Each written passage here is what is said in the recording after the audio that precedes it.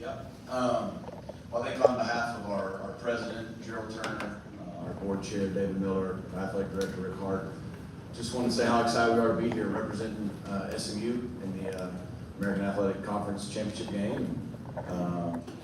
Our guys have had a really good season. They've been a fun group to coach. And, obviously, we have an incredible opponent. We're looking forward to a great game. Okay, we'll take questions. Raise your hand. We'll get a microphone to you.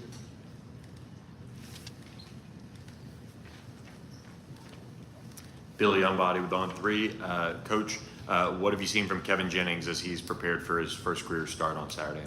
He's been Kevin, Kevin's really steady. I mean, that's who he was in high school when we first noticed him in the quarterfinals of his senior year in a playoff game right after I'd gotten hired. And, since day one, he stepped on campus. He's been a guy that our team, they love him. They just love being around him. He's one of the guys. He prepares really hard, super smart, knows what we're doing now, even though he's a redshirt freshman second year in our system. And, he's had a great week, now, practice and games are different, but he's prepared just like we expected him to, and he's ready for the moment. Coach Jordan Hoffman's 24/7 Sports. Just what has the overall attitude of the team been this week? I know you've taken that week-by-week approach and not letting the games get too big, but now that the championship's here, just what have you seen from them? It's been business as usual. We got a road game. We flew in just an hour ago, and they've treated it really from Sunday after the Navy game through traveling here today, just like we would any other road game. And their preparation hadn't changed. And that's what's been, I think probably key for us is they've been able to do that. It sounds, it's what you're supposed to say as a coach, but then actually doing it's tough. And, from them to our staff, they just prepare to go 1-0 each week. And I haven't noticed any difference in their mindset at all. Steve Elwick, SB Nation. Coach, you had 3 first-team All-AAC linemen selected this weekend and another also up to the All-AAC team. How is that unit going to be essential in helping Kevin get into his first start? Yeah, huge, because, obviously Tulane's got, an excellent defense, and they do a nice job of, getting pressure, stopping the run. So, the quarterback's best friend is a good run game. We're playing, I think, number 5 or 6 run defense in the country. Not many people can run the football on them, and so that's a challenge. And then when you factor in weather and all the other things, and then just protecting him when he does have to throw it.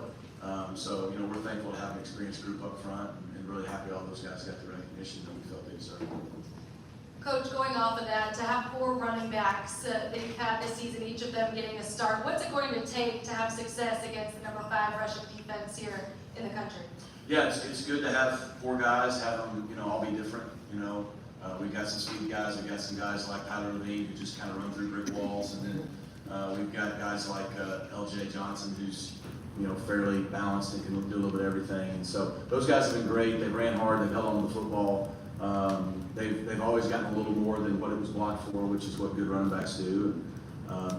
It's people always talk about run game and how many yards did you rush for at the end of the game. That's not what matters. What matters is when you need to run the football, can you run the football? Inside the 5-yard line, 3rd, 4th, or 1 to 2. That's really what is important.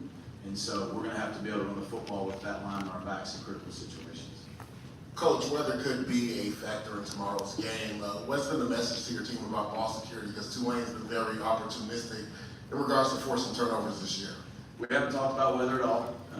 Those are things out of our control that will show up tomorrow, whatever the weather is. We're both going to have to play in it. We haven't talked about ball security any more than usual just because we emphasize it. That's something we wanted to improve on this year after last year. Take this game, for example, I think we had 5 turnovers. So that was a big part of our off-season, spring, summer, fall camp, in-season emphasis is value in football. And I think we've done a nice job of that. We haven't put the ball on the ground a lot. We've been better on special teams, and Preston took care of the ball really well too. So, if you make something kind of part of your DNA and who you are, you don't have to emphasize it every week. And so, every Tuesday, every Wednesday, there's ball security drills being done. It's just kind of a way of life, and so we've just kind of gone about that as usual. But you're right. Tulane's defense, I think 15 interceptions and a lot of fumbles. I mean, you look at last week against UTSA, that probably was the difference in the game. So, whether or not we're going to have to value the football again tomorrow.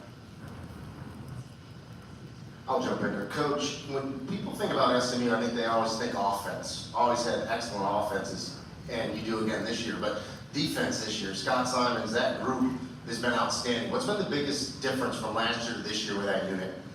Yeah, been really proud of our defense. That was something that, to your point, at SMU, we've kind of got a little bit of a reputation of having good offenses. And, but to take the next step to get to this moment, to get to a game like this, we knew we were going to have to play championship level defense. And candidly, we haven't done that for decades. So, as soon as last season ended, we made an emphasis as a staff that we were going to try to improve our roster there. We had a lot of guys leaving in terms of graduating on defense. We had some key pieces back like Elijah Chapman and DeVere Levelston and Nelson Paul, and I'm sure I'm forgetting a few. But we felt like we needed to go out and really bolster our D-line and our secondary.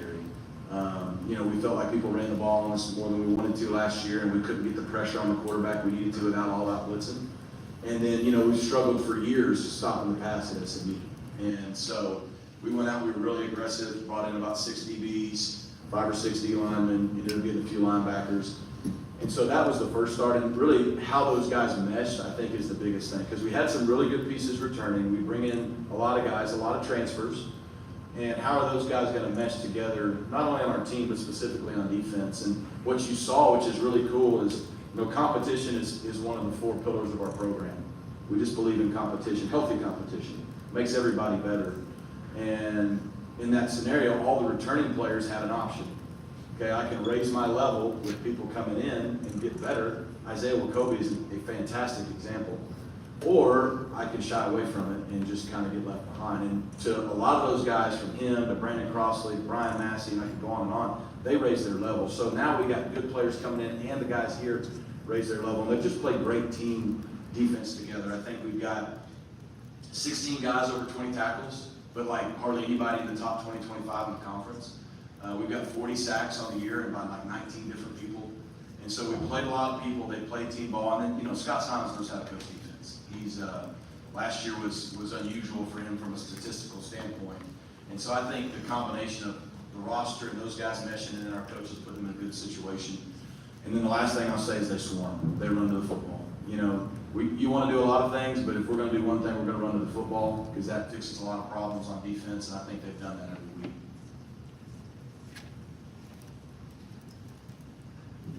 Questions for Coach? All right,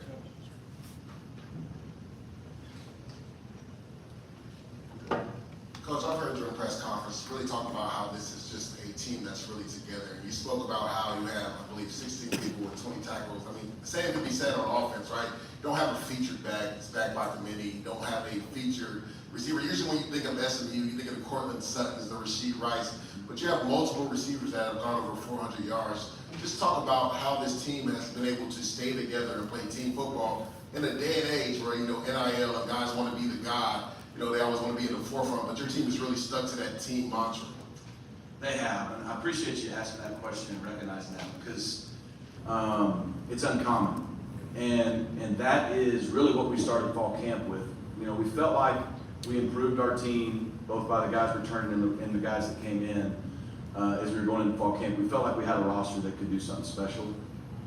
But if we couldn't be a team, it wasn't going to matter. And so the first thing that really we talked about in our first team meeting wasn't a list of all other kinds of goals. It was we need to be an uncommon team. We're going to have to be a true team. And we talked about a lot of the things of what that looks like and how basically if the team has success, individuals get elevated. But then to see them in this climate, to your point, actually go out and do it has been really, really cool as a coach. Like it's just been so fun. To your point, last week in the 12th game was our first 100-yard receiver. Yet we throw the ball around quite a bit, And I think we're going to have 7 or 8 guys over 20 catches and 400 yards in the year. And nobody's close to that, I don't think, in the country. And for that many guys, they came here to catch 90 and 100 balls like Rasheed and James and Cortland. And to buy into that's been cool. And running back, we're not going to have a 1,000-yard rusher, but we got 3 guys averaging over 5 yards a carry, and Tyler Levine's not even one of them. And he brings a different edge to our team and on defense. And so that's been really cool because that's uncommon, and we knew that. It doesn't matter how much talent you have if you can't be a team. And so we're really, really proud of them for that. I think that's really kind of been our secret to our success. It's not that we do have good players, and they play well, but the fact that we've been a true team, that's number one, and that's why we're here. We got a chance to play for the ultimate team goal, which is a conference championship. Coach, you were on staff here the other time. You guys won 10 games in the regular season. What are some of the similarities between that team and this team, and then some of the differences that you've seen? You know, the similarities is we had good balance on offense. I mean, we were a little more pass heavy on that team, but we still ran for like 175, 180 yards a game. I think Xavier Jones had 25 touchdowns that year. And on defense, we were really good at creating turnovers and sacks. We set our school record that year in sacks. But the difference is, you know, I think, one, I do think we're a more complete team on both sides of the ball. Defensively, we're much better. You know, we were opportunistic that year, but we couldn't stop the run at the level we needed to win the championship. And, you know, we just weren't as consistent. And then offensively, I still don't think we were as good running the football, you know, and I just think we're more talented than we probably were on that team. But that team was a special team. That team kind of set the stage for the last 5 years of SMU football. And, you know, to get ranked as high as like 15, 17, whatever we did. We had a game at Memphis on College Game Day. That was a really special group. And so there are a lot of similarities. Coach, staying in the same vein of comparing previous teams to the current team, you saw two of course last year. Now you see them again. They don't have Tajay Spears, Willie, and Williams on defense. But how has this team maintained its production in your eyes? And which players are stepping up while those two players are in the NFL? And you're talking about Tulane, correct? Yes. Yeah. You know, I mean, look, first of all, they got an incredible coach. I mean, Willie does a fantastic job. I think he's won over 200 games. You know, I've got a whopping 17. So I think they've got stability there in terms of just his leadership. They had a good nucleus return, even though they did lose some great players off last year's team. It's the same makeup, different coordinators right in some spots, but like on defense, they're going to stop the run, and they're going to limit the explosive plays, and they're going to hit you and be physical. And on offense, it all starts with a physical run game, efficient quarterback. They got guys on the outside that can make plays, and they play really, really good special teams. So there's a complete team. And so, you know, the funny thing is, you know, you asked me about SMU team a few years ago, won 10 games. It is hard to compare because it's just a different year and a different team. Same thing with them and us. I mean, last year's game has no bearing on this game for them or for us. But, you know, they've done an incredible job back-to-back years of taking that blueprint and executing it at a high level. It's hard to sustain success the way they've done these last 2 years. Has it been more difficult to recruit while prepping for a title game? No, the best thing you can do for recruiting is win. So it's great to be playing on championship Saturday. And, you know, fortunately they've changed the rules too. I think recruiting just opened back up today in terms of getting out. So, you know, I think both us and Tulane are pretty happy with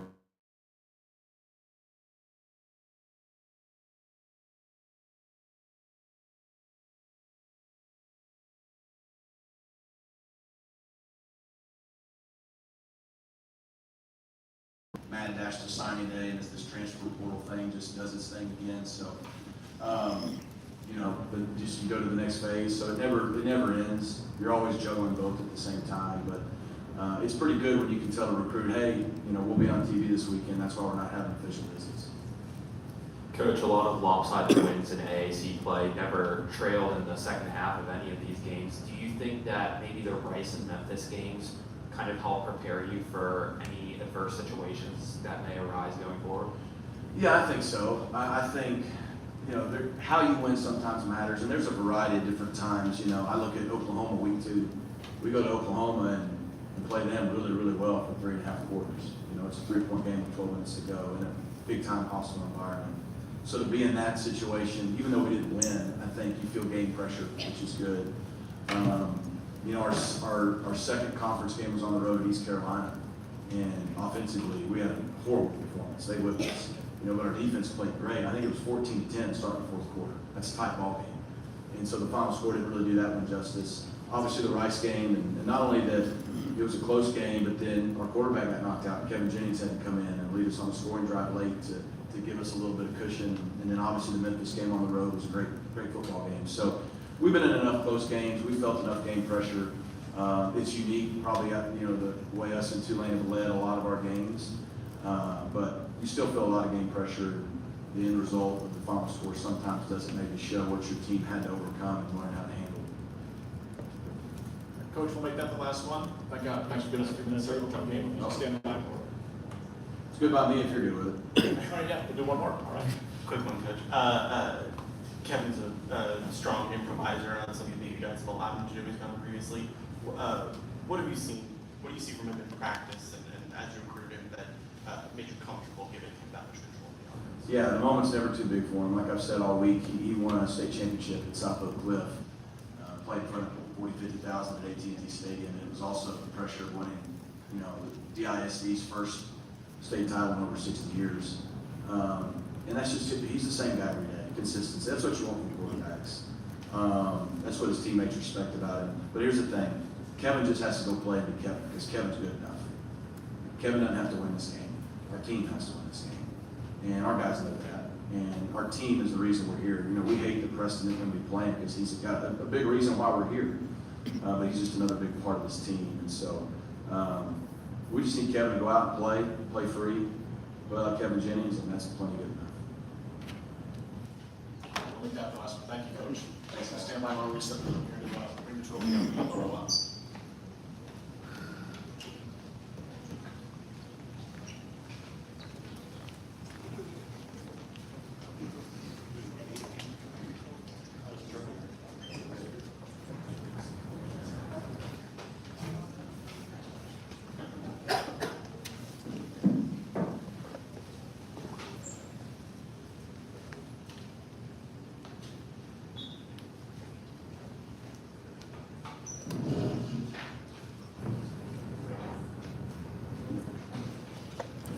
Watch your shadows. Yep.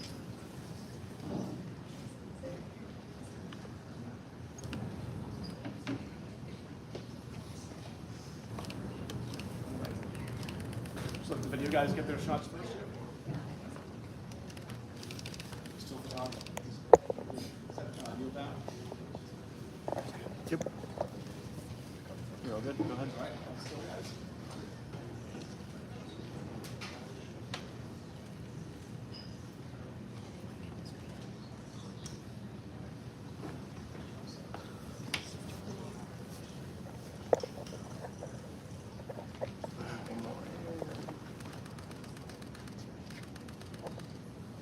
All good? Yep. One more right here, coaches. One more right here. Thank you. There you go. Maybe shake hands and.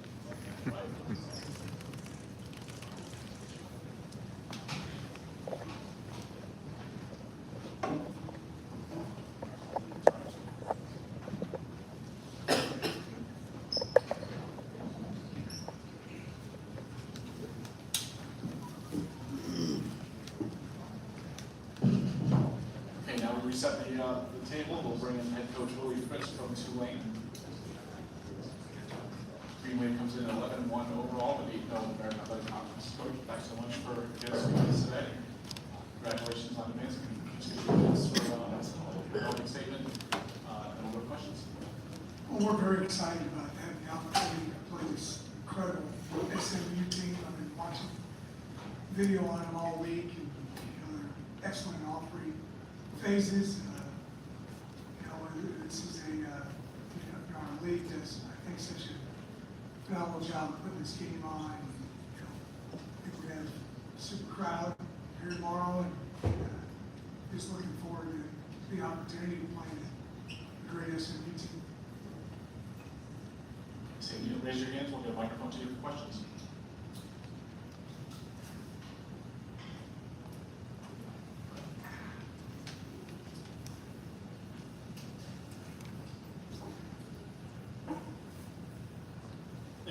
Now that the moment is here, the fact that you've been able to guide those teams to back-to-back conference championship appearances, and especially the grinding of the new organized conference, what does it say about the team and how you've been able to impact them as well?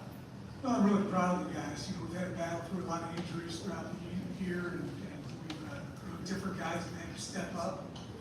Some games, the offensive players have stepped up and made plays in order for us to win. Some games with defense, made some good plays in the kicking game. So it was really a total team effort this whole season. There's about 4 or 5 games in there where we're a little undermanned. The guys played extremely hard, played complementary football, and we're able to get the job done. Coach, with Kevin Jennings taking over for SMU at quarterback, how did you go about preparing for him without maybe a ton of film, but he has played some for them at the same time? Played quite a bit. Yeah. We haven't had the luxury of a lot of blowouts like SMU had this year, so you got to play a lot. I think we played over 100 snaps. I looked at all the plays. Our defensive coaches obviously did as well. I heard Rhett at a press conference earlier in the year, earlier in the week, talking about how I felt like he had two starting quarterbacks, Kevin and Preston Stone. So they've got a lot of confidence in it. I don't think it's going to be that much different what they do offensively. I'm sure there's a few things we might do a little better than Preston Stone. Maybe some things not quite as well as those. But it's going to be their offense, which is dynamic and explosive.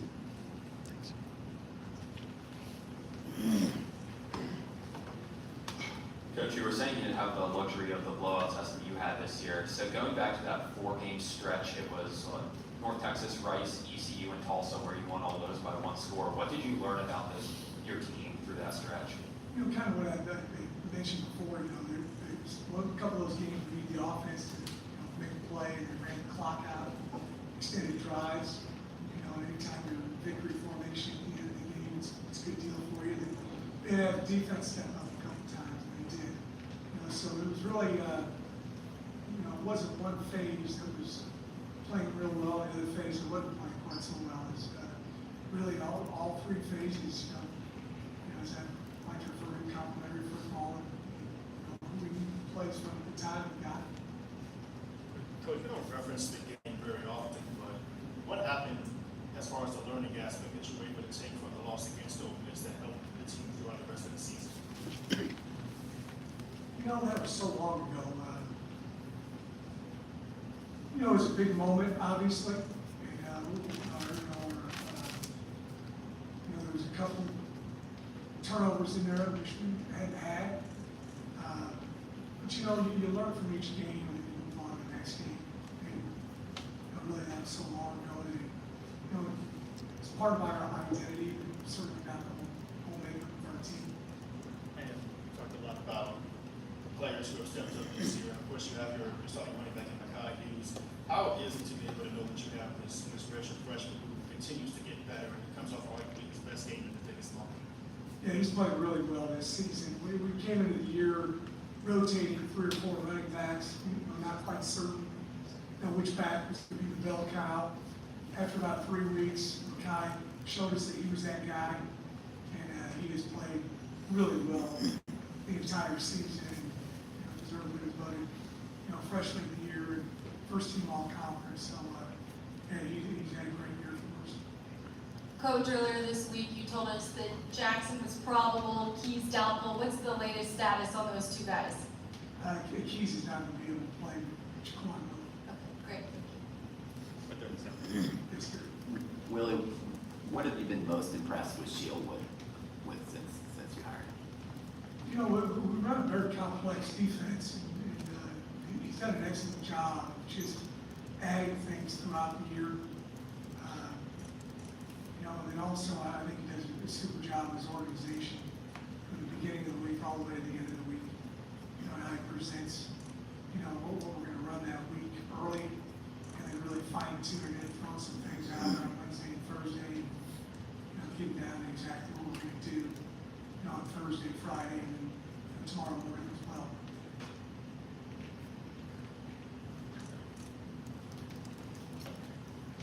Coach, if I could just get your thoughts on SMU's defense. Do you feel like it's the toughest overall defense you guys are facing this year?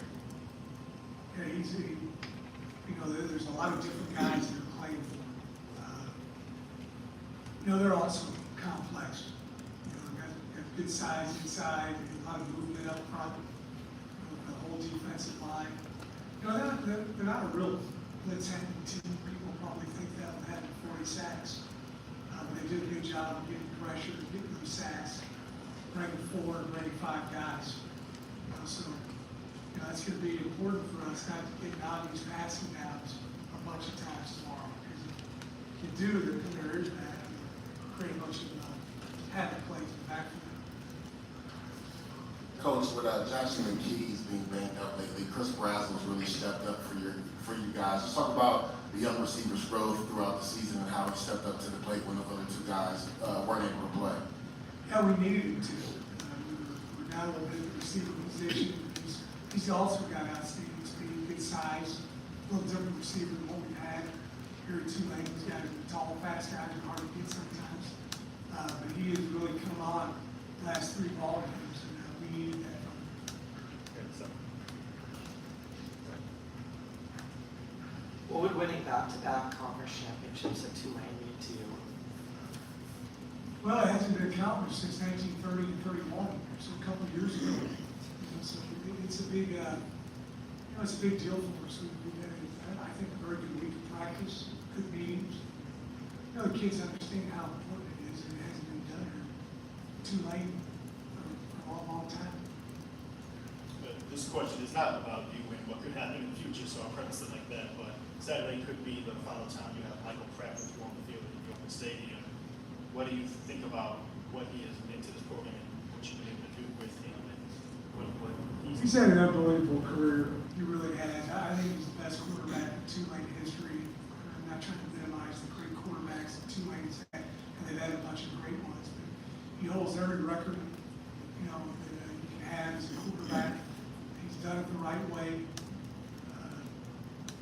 And he's just been a tremendous leader, and he's won a bunch of ball games for us. And we talk about those games. In a lot of those games, he was the guy that was making key plays for us in order to win those games. But he's a clutch performer, and I've been honored to coach him. Thank you, Coach. Has there been any similarities for this team when compared to last year's championship game?